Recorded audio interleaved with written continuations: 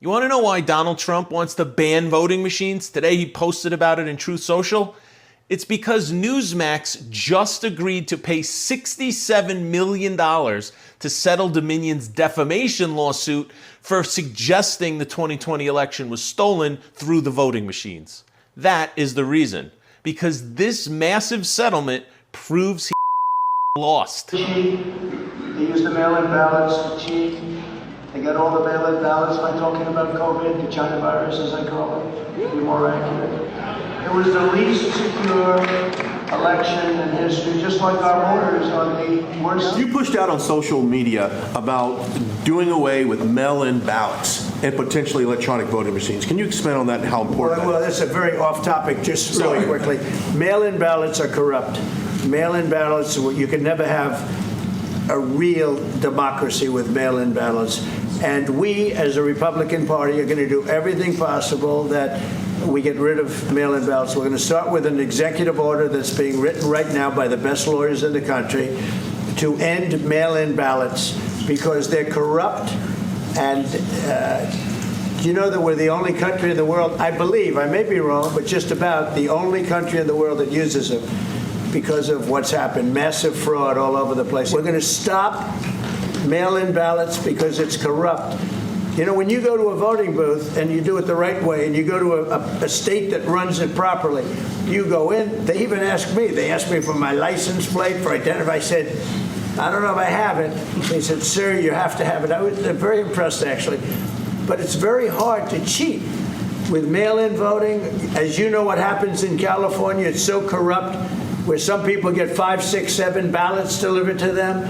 Now, we got to stop mail-in voting, and the Republicans have to lead the charge. So for literally over 5 years now, we've been hearing about how all the truth's going to come out about how the election was stolen from Donald Trump in 2020, but 5 years later, and just more lawsuits are being settled because he lost. So here's how it started. On November 8th of 2020, Trump-allied lawyer Sidney Powell, you remember her, appeared on Fox News host Maria Bartiromo's show. Now, the women discussed conspiracy theories that Dominion voting software altered the outcome of the 2020 election.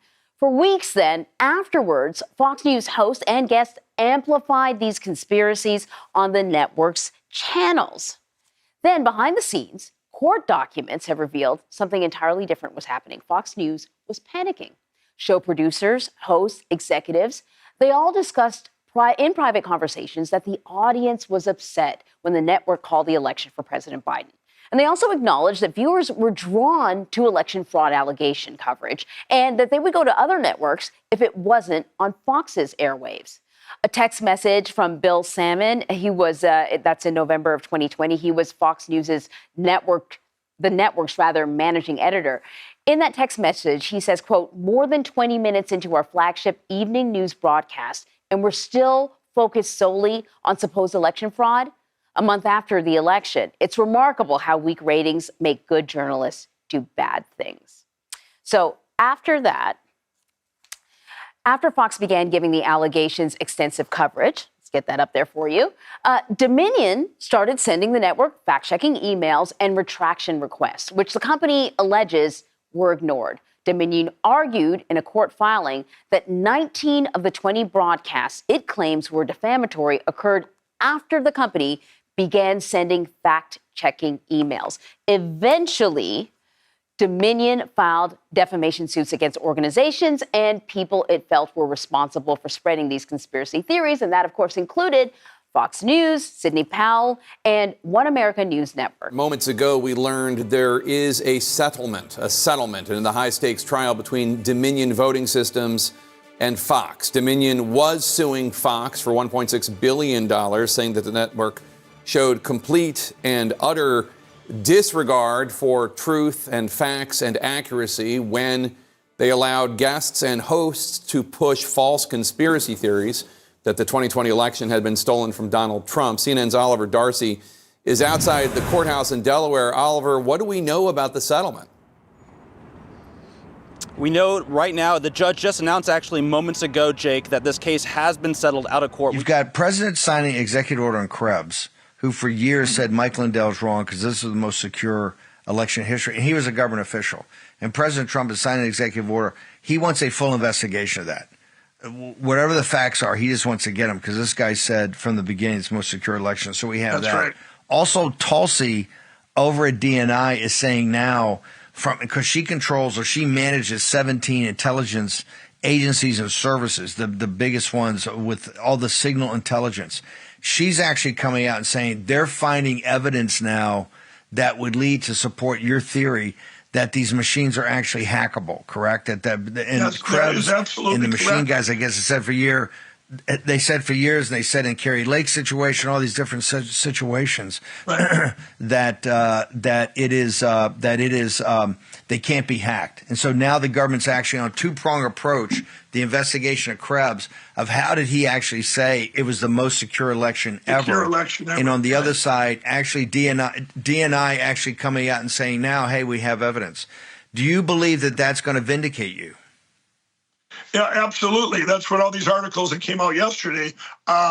It's going to vindicate everything. It's going to vindicate me and anyone else that ever tried to secure our elections and fight to get rid of these machines and go to paper ballots hand counted. Federal jury in Colorado found prominent election denier and top Trump campaign donor Mike Lindell liable for defaming an employee of Dominion Voting Systems after the 2020 presidential election.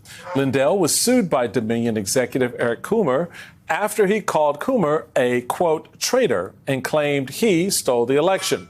Joining us now, MSNBC legal correspondent Lisa Rubin. Lisa, what's up with this one?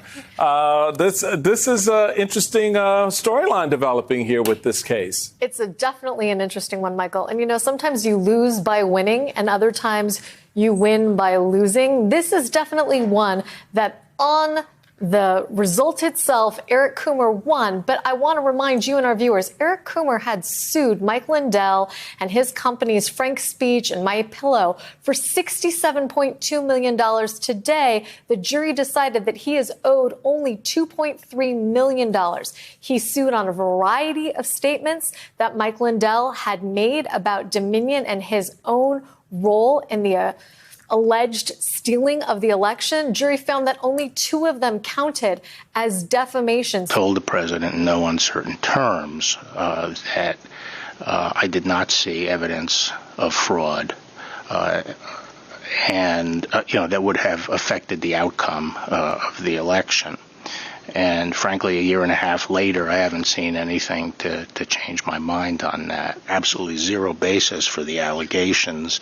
But they were made in such a sensational way that they obviously were influencing a lot of people, members of the public, that there was this systemic corruption in the system and that their votes didn't count and that these machines controlled by somebody else were actually determining it, which was complete nonsense. And it was being laid out there. And I told them that it was crazy stuff and they were wasting their time on that. And it was doing a grave disservice to the country. And he's just like, no, in 2020, I won the election. If I would have won the election in 2020, we wouldn't be having any of the problems that we have now.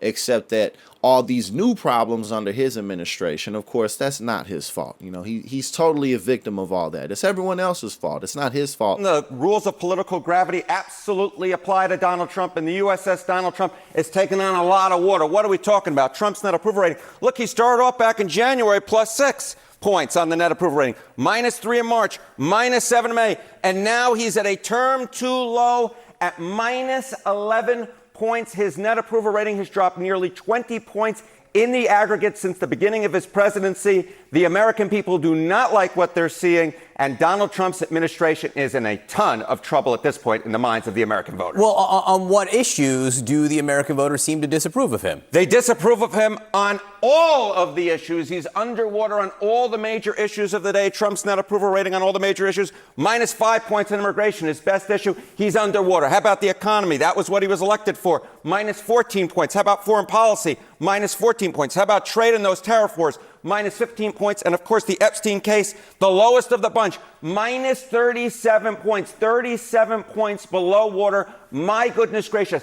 on every single issue. How do voters in general feel about mail-in voting? Yeah, they feel that Donald Trump is full of BS. What are we talking about here? Let's take a look here. Allow anyone to vote earlier by absentee. In 2020, it was about 2/3. You get 65%. Years after years after years that Donald Trump has been complaining about mail-in voting. Where'd the numbers stand in 2024?